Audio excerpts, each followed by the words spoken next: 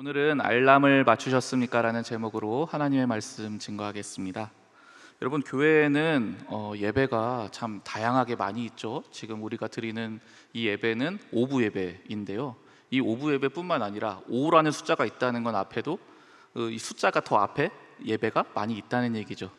이 교회에는 이렇게 다양한 예배의 시간들이 있는데요, 저희 청년들의 입장에서 볼 때 어떤 예배가 가장 참여하기가 힘들까 생각을 해봤습니다. 뭐 말할 것도 없이 새벽 예배가 아닐까 싶습니다. 여러분, 이 저희 청년들, 특히 대학생들은요, 생활 패턴이 늦게 자고 늦게 일어나는 게 너무 일상화가 되어 있죠. 뭐 제가 들어보니까 새벽 2시는 기본이고 3시, 4시, 심지어는 밤을 꼴딱 새고 자고 다음날 또 생활하시는 그런 분들도 참 많이 있었어요.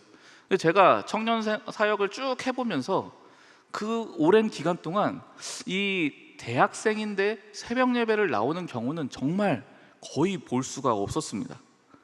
저도 이 대학생 시절에 이제 새벽 예배를 나가야겠다라고 다짐했던 적이 있었어요. 근데 방금 말했다시피 이 새벽 예배 참여가 너무 어려운 거예요. 저도 그때 정말 많이 늦게 자고 늦게 일어나는 그런 삶이었던 것 같거든요. 근데 그때 무슨 이유였는지는 기억이 안 나지만 정말 많이 은혜를 받았어요. 아, 이거 그냥 냅두면 안 되겠다. 나 정말 이제부터 새벽 예배 생활을 하겠다, 이런 다짐을 했었습니다. 그래서 어느 날 밤, 내일 새벽부터 시작이다, 이때만큼 꼭 내가 나가리라, 이런 마음을 굳게 먹었습니다. 그렇게 다짐하면서 잠에 들었는데요, 곧바로 문제에 부딪혔습니다. 여러분, 새벽에 그 새벽 예배 시간에 딱 되면 제 눈이 자동으로 딱 띄어지나요? 그럴 리가 없죠. 네. 그러니까 우리가 보통 어떻게 합니까? 알람을 맞춰 놓는단 말이죠. 근데 이 알람을 맞춰야 되는데 알람을 맞추기가 너무 싫은 거예요, 마음에.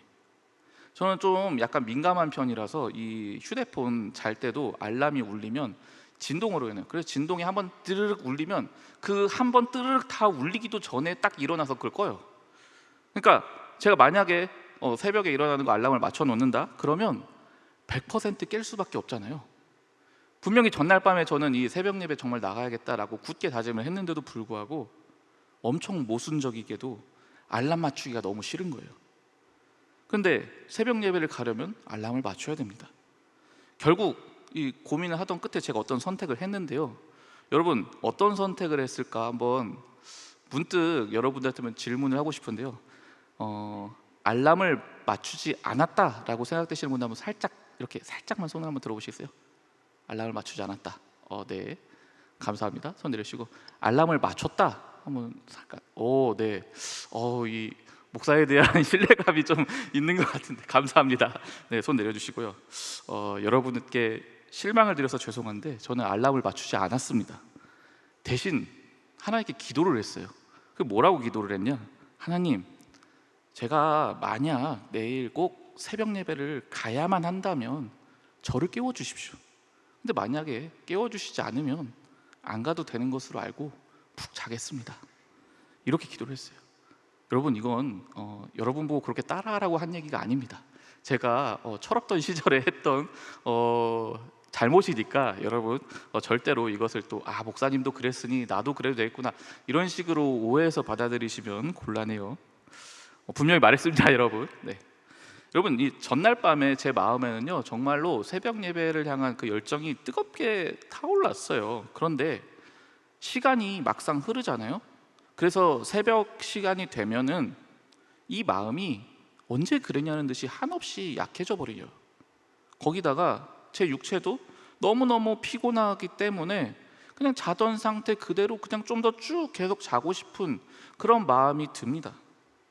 그러니 만약 제가 정말로 새벽 예배를 가고 싶다라고 한다면 저는 반드시 알람을 맞춰야 되는 거예요.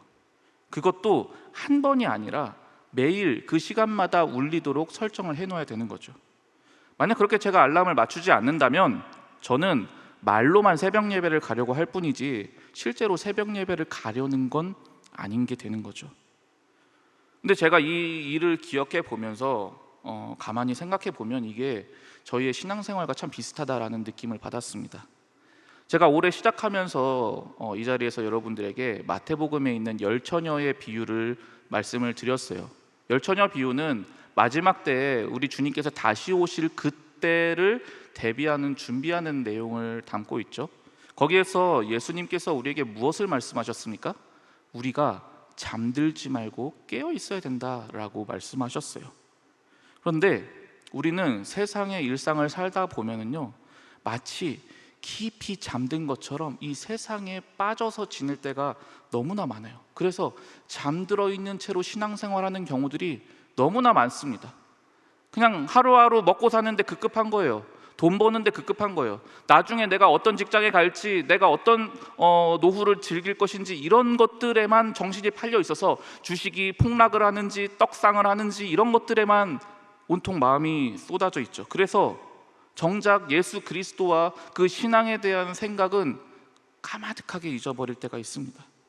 그러나 여러분, 그렇게 깊이 잠들어 버린 채로 우리가 살잖아요. 어느 날 아무도 알지 못하는 때에 우리 주님께서 오실 때 우리는 그때 그 주님을 제대로 맞이할 수가 없게 되겠죠. 그러므로 참된 그리스도인으로 산다라는 건요, 곧 깨어있는 신앙생활을 하는 것이라고 말할 수 있습니다. 그러나 여러분, 깨어있는 신앙생활을 한다는 건 생각만큼 쉽지가 않아요. 그래서 우리의 신앙생활에도 알람이 필요합니다. 그 알람 소리를 들으면 우리가 잠들어 있던 그 영혼의 상태가 다시 깨어날 수 있게 되고요, 또 그 깨어있는 상태로 계속 살아갈 수 있도록 도와줍니다. 하나님은 우리가 깊이 잠든 것 같은 그런 신앙생활을 하기를 원치 않으시죠. 그래서 우리가 다시 잠에서 깨어나고 다시 하나님께로 나아갈 수 있도록 하나님과 함께 동행하는 삶을 살기를 원하셔서 우리의 삶에 알람을 맞추어 놓을 것을 말씀하십니다. 그것이 바로 오늘 본문의 이야기입니다. 바로 절기라고 부르는 최초의 알람이 등장하는 내용이 오늘의 본문인데요, 이 내용은 이렇습니다. 옛날 이스라엘 백성들은 이집트에서 노예로서 살아갔는데 그 노예로서의 삶이 얼마나 가혹했겠습니까? 가혹한 노동에 시달리며 수없이 많은 사람들이 매를 맞으며 죽어갔습니다. 그러나 그 고통을 벗어나기에는 이 이집트가 너무 강력했고 반면에 본인들은 너무나 약한 존재였어요. 그래서 이들은 어디 기댈 곳이 없었기 때문에 오직 하나님께 울부짖었습니다. 그리고 하나님은 그들의 고통과 부르짖음을 들으셨어요. 이윽고 하나님은 그들을 구원하시기 위해 인류의 역사 속에서 전에도 없었고 후에도 없었던 아주 강력하고도 파격적인 방식으로 구원을 행하십니다. 곧 나일강 전체가 피로 바뀌게 되고요, 강력한 전염병이 온 이집트를 창궐하고요, 이런 식의 아주 무시무시한 재앙이 9가지나 내려지게 된 겁니다. 그리고 그 중에서 가장 강력하고 무서운 재앙이 바로 오늘 본문에 나타나는 10번째 마지막 재앙이었습니다. 이 재앙은 이집트 전역에 있는 모든 생명체, 곧 사람으로부터 시작해서 가축에 이르기까지 모든 이집트인뿐만 아니라 이 땅에 살고 있던 이스라엘 사람들, 모든 외국인들까지 다 포함해서 모든 첫 번째로 태어난 생명체들을 다 한순간에 죽여버리는 무서운 재앙이었습니다. 그러나 이 무서운 재앙을 계획하신 하나님께서는 이스라엘 백성들마저 그렇게 죽는 것을 원하지 않으셨습니다. 그래서 하나님은 그들에게 한 가지 아주 중요한 행동을 하라고 말씀하십니다. 그것은 그들이 집에서 양들을 기르고 있었거든요. 목축업을 했어요. 이 이스라엘 백성들은. 이 이스라엘 백성들이 자기네 집에서 기르던 어린 양 한 마리를 잡으랬어요. 그 잡아서 그 피가 나올 거잖아요. 그럼 그 피를 자신들의 집 입구에 있는 대문의 좌우에 바르고 인방에 뿌리라라고 하셨습니다.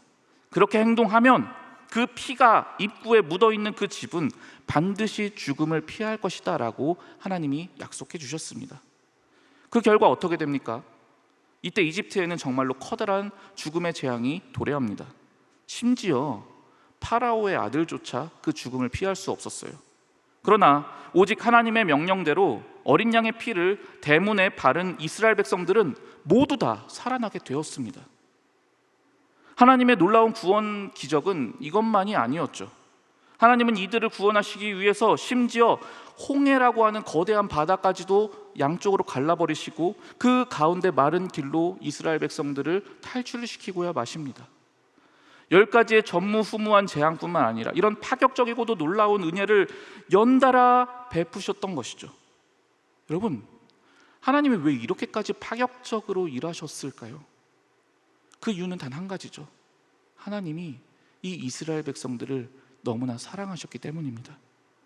사랑하기 때문에 노예로 영원히 살 수밖에 없었던 그들을 위해 하나님은 놀라운 기적과 은혜를 베풀어 주셨던 것이죠. 여러분, 이제 이스라엘 백성들의 입장에서 한번 생각해 볼게요. 하나님께서 지금 이들을 위하여 행하신 이 놀라운 기적들, 이 놀라운 은혜들은 도대체 어느 정도의 기간 동안 기억할 만한 은혜일까요?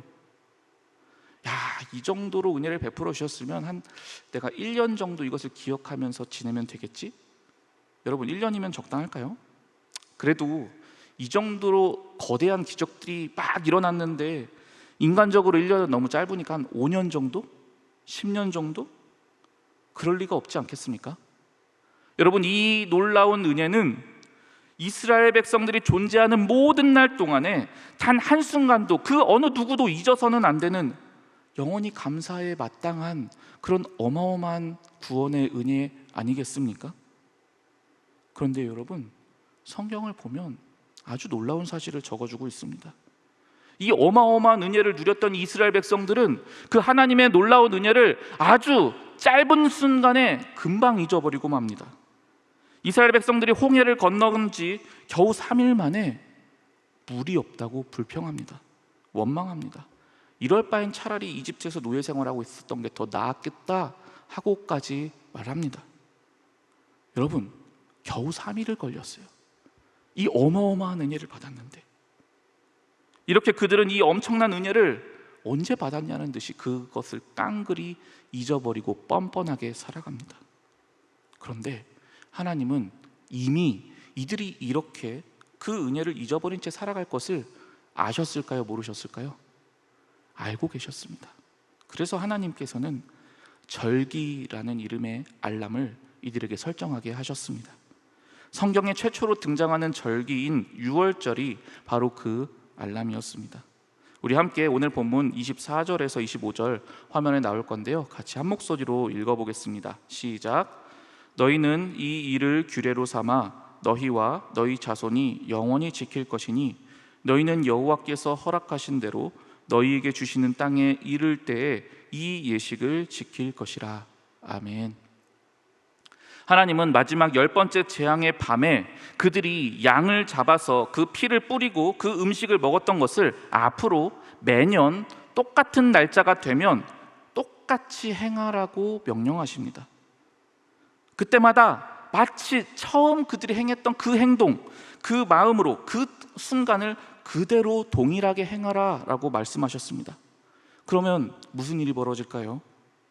이들이 출애굽했습니다. 시간이 흘렀습니다. 그러고선 이 유월절 당일 그 해가 돌아왔습니다. 그때 그날 밤에 양을 잡습니다. 그리고 그 양을 잡고 그 피를 뿌리다 보면 과거 이들이 이집트에서 그렇게 고통 속에서 울부짖었던 그 노예 때의 삶이 떠오르지 않겠습니까? 처절하게 하나님의 은혜만을 간절히 구하면서 살았던 그 비참했던 시절이 기억나지 않겠습니까? 그렇게 채찍과 가혹한 노역에 죽을 수밖에 없던 상황에서 전무후무한 10가지 재앙과 수없이 많은 기적과 이사로 그들을 구원해 주셨던 그 상황들이, 그 마음들이, 그 은혜와 그 감격이 다시금 이 행동들 하나하나 하면서 떠올라지지 않았겠습니까? 그러면서 그때 그 자리에 없었던 그 이후에 태어난 자기의 자녀들에게도 그 은혜가 고스란히 전수되지 않았겠습니까? 이것이 바로 절기의 의미와 목적입니다. 여러분, 절기라는 건요, 매년 어떤 때에 그냥 연례 행사처럼 정해진 어떤 행위를 반복하는 것만이 아닙니다. 우리는 그 정해진 어떤 일정한 행위를 통해서 하나님이 이미 우리를 위하여 행하셨던 그 일들을 다시금 내 마음에, 내 심령에 상기시키게 됩니다. 그럼으로써 우리의 마음에는 그때의 그 감격과 그때의 그 기쁨이 다시 되살아나게 되는 것입니다. 여러분, 앞서 제가 설교 시작하면서 제가 대학생 때 새벽 예배 꼭 갈 걸 다짐하면서 결단했지만 알람을 맞추지 않은 채 하나님이 깨워주시면 가고 안 깨워주시면 안 가겠다라고 기도했다고 말씀을 드렸죠. 자, 한 번만 더 질문을 할게요. 그 다음날 새벽이 되었을 때 제가 그때 딱 눈이 떠졌을까요? 안 떠졌을까요? 자, 떠졌다 하고 생각하시는 분 한번 손 들어보시겠어요? 네, 감사합니다. 자, 눈이 안 떠졌다 생각하시는 분 한번 손 들어주세요. 네. 이번에는 여러분 안 떠졌다로 많이 기울으셨는데요. 떠졌습니다. 네, 떠졌어요. 진짜 기가 막히게 딱 준비하고 나가면 정확하게 늦지 않게 그 시간 그 타이밍이 어떻게 그렇게 정확하게 하나님이 제가 이때쯤 일어나면 갈 수 있겠구나 생각했던 그 시간에 제 눈을 띄워주시는지요. 그 눈이 딱 떠지는 순간 졸리지도 않아요. 너무 몸이 마치 깨어 있었던 것처럼 쌩쌩한 거예요. 그때 제 마음에 어떤 생각이 들었냐, 가야 되는구나, 이 생각이 확 들더라고요. 그래서 그날 새벽 예배를 무사히 잘 다녀왔습니다. 여러분, 이렇게 해피엔딩으로 끝나면 참 좋겠는데요, 안타깝게도 이 이야기는 해피엔딩이 아니었어요.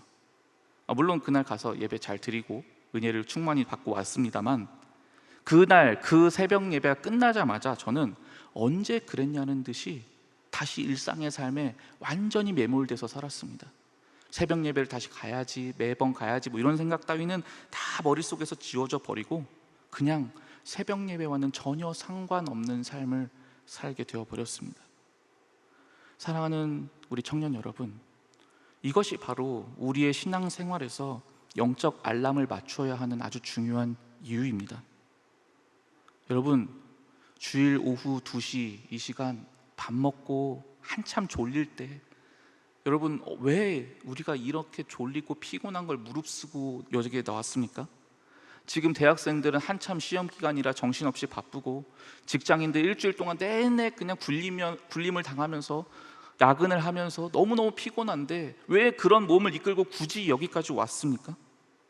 왜 주말에는 제대로 쉬지도 못하고 각 청의 리더들은 리더 훈련도 받고 찬양팀은 찬양 연습도 하고, 또 주일날 이 시간에는 예배가 끝난 다음에 그냥 가서 쉬는 게 아니라 잘 알지도 못하는 이들하고 소그룹으로 모여서 모임을 가지는 이유가 무엇입니까? 왜 우리는 이렇게 우리의 몸과 마음과 시간을 하나님께 다 쏟아놓습니까? 그 이유는 오직 하나, 하나님이 나를 사랑하시기 때문 아니겠습니까? 하나님이 아직 우리가 죄인일 때 나를 먼저 아시고 나를 먼저 택하시고 나를 위하여 자신의 외아들까지도 십자가에서 죽게 하실 만큼 나를 사랑해 주셨기 때문 아니겠습니까? 그 은혜가 너무 감사해서, 그 은혜가 너무 고마워서 그래서 우리가 이 자리에 앉아 있는 것 아니겠습니까? 그런데 언제부터인지 우리의 마음이 자꾸만 식어져 갑니다. 예배를 드리는데 그냥 매주 했던 그냥 행위를 반복하게 될 뿐입니다. 감격도 없고 기쁨도 없습니다. 그냥 주일이면 가는 것처럼 의례 생각해서 그냥 형식적으로 앉습니다. 그래서 때로는 바쁘면 빠먹기도 하고 그냥 멍하니 이 예배 끝나면 뭐하지? 이제 나가서 누구 만나지? 그 생각하다가 그냥 집에 갈 때도 많아집니다. 마치 거짓말처럼 예수 그리스도를 인격적으로 만났을 때 그 감격, 그 기쁨 다 놓친 채 그렇게 살아갈 때가 너무나 많게 되었습니다. 이렇게 은혜가 느껴지지 않으니까 당연히 일상의 신앙생활이 재미있을 리가 없죠. 내가 은혜 안에 머물지를 못하니까 하나님께서 기뻐하시는 삶의 열매는 더더욱 맺혀질 리가 없지 않겠습니까? 여러분, 이럴 때 우리는 어떻게 해야 할까요? 우리의 삶에 알람을 맞추어야 합니다.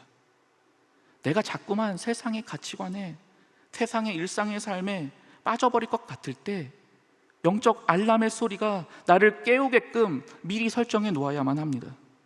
하나님의 은혜를 잊고서 내 마음대로 살아갈 만한 시간, 여러분들이 가장 유혹을 받는 그 시간이 있죠. 예를 들어서 밤 11시 내가 한참 유튜브에 빠져있을 그때, 자기만의 그 가장 세상에 빠지는 그 시간 여러분들이 아실 겁니다. 그럼 그때 알람이 미리 울릴 수 있도록 설정해 놓으십시오.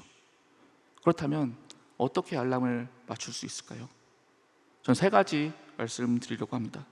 우리는 1년 단위로 맞출 수가 있고요, 일주일 주기로 맞출 수가 있고요, 하루 단위로도 맞출 수가 있습니다. 이것을 연주기, 주주기, 일주기라고 설교학에서는 이야기를 합니다.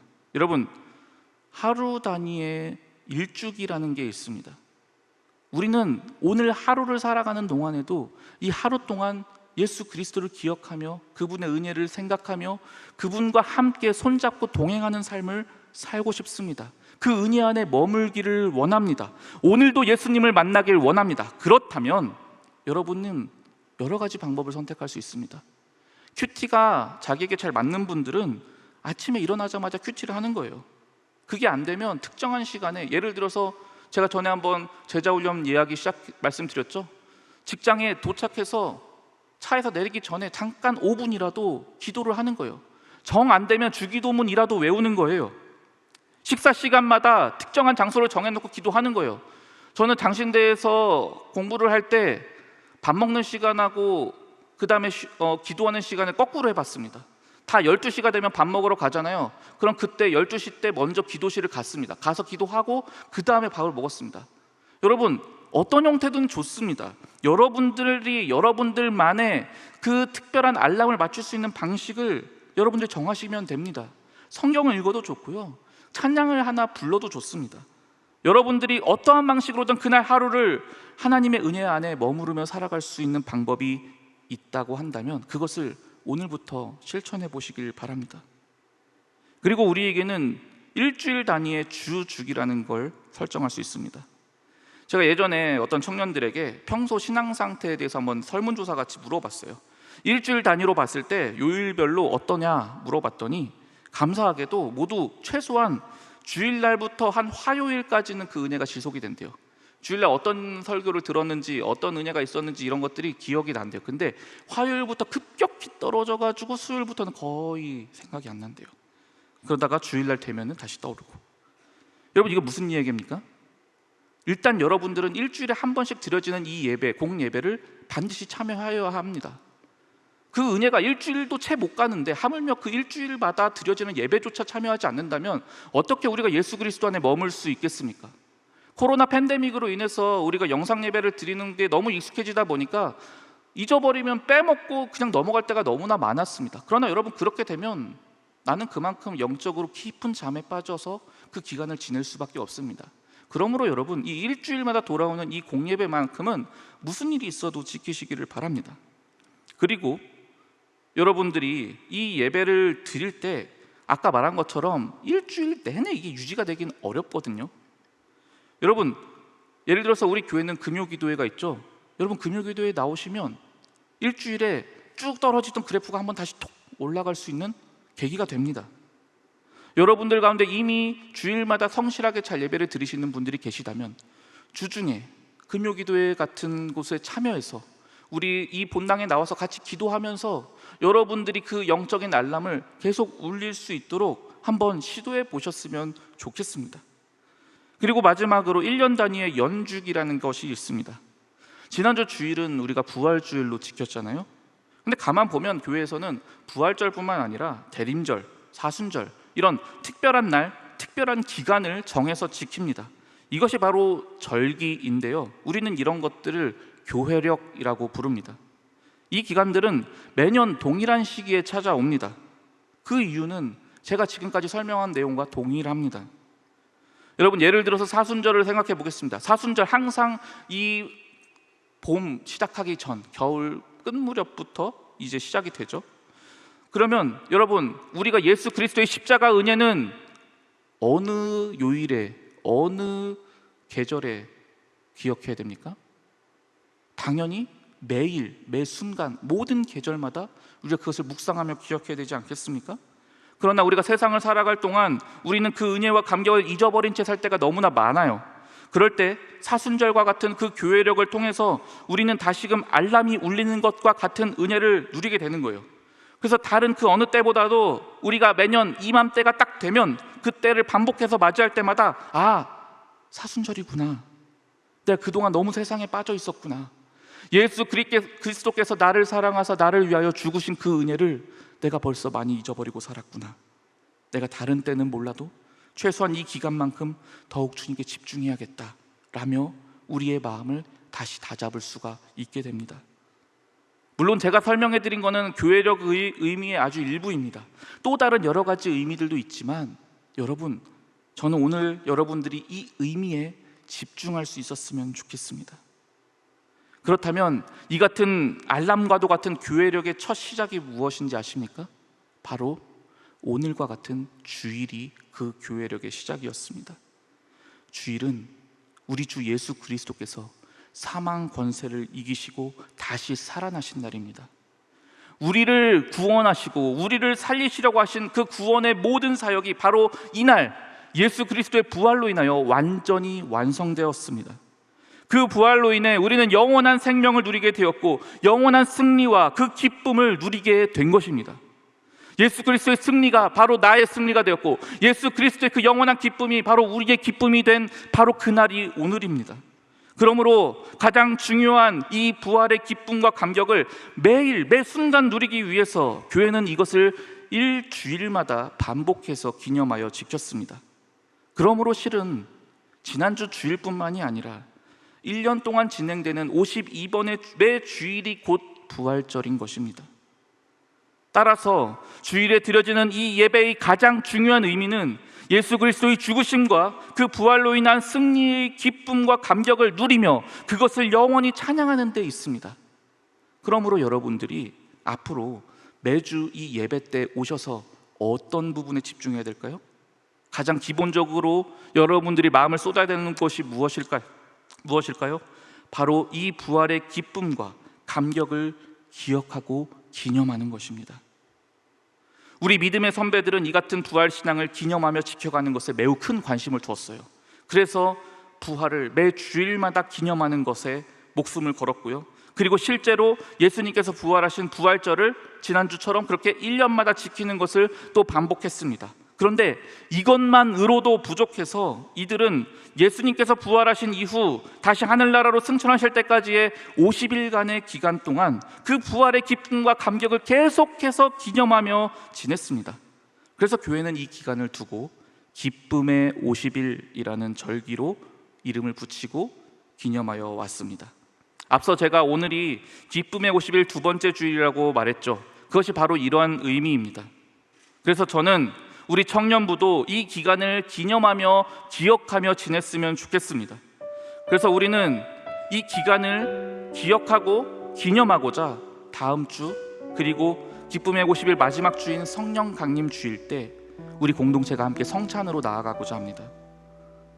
저와 여러분 모두 이 기간 동안 이 교회력의 의미를 깊이 묵상하면서 예수님의 부활의 의미, 그 기쁨을 충만하게 누리는 기간이 됐으면 좋겠어요. 여러분, 이제 이 한 가지만 더 기억하십시다. 하나님은 저와 여러분을 너무나 사랑하셨습니다. 그래서 저희를 위해 크고 놀라운 일을 행하셨습니다. 바로 예수 그리스도의 십자가의 죽음과 부활입니다. 그래서 예수께서 최후의 만찬을 하시면서 말씀하십니다. 너희가 이것을 매번 행하여 나를 기념하라. 나를 기념하라. 우리가 일상에서 나를 구원하신 예수 그리스도를 잊어버릴 때마다 이 예수 그리스도의 말씀이 다시금 여러분들의 마음속에 기억되었으면 좋겠습니다. 나를 기념하라.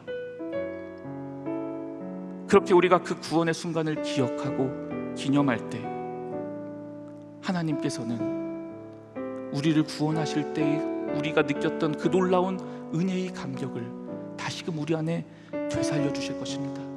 그래서 그냥 식어져 버린 채 그냥 덧없이 흘러가는 시간이 아니라 하나님께서 나를 위해 행하신 그 놀라운 일들을 자면서도 일어나서 울 정도로 그 놀라운 감격과 기쁨으로 매일매일 살아갈 수 있도록 저와 여러분의 삶을 이끌어 가실 것입니다. 이 놀라운 은혜를 매일, 매주일, 매년 누리면서 살아갈 수 있기를 간절히 소망합니다. 이 시간 우리 함께 찬양하며 기도하며 나아가겠습니다.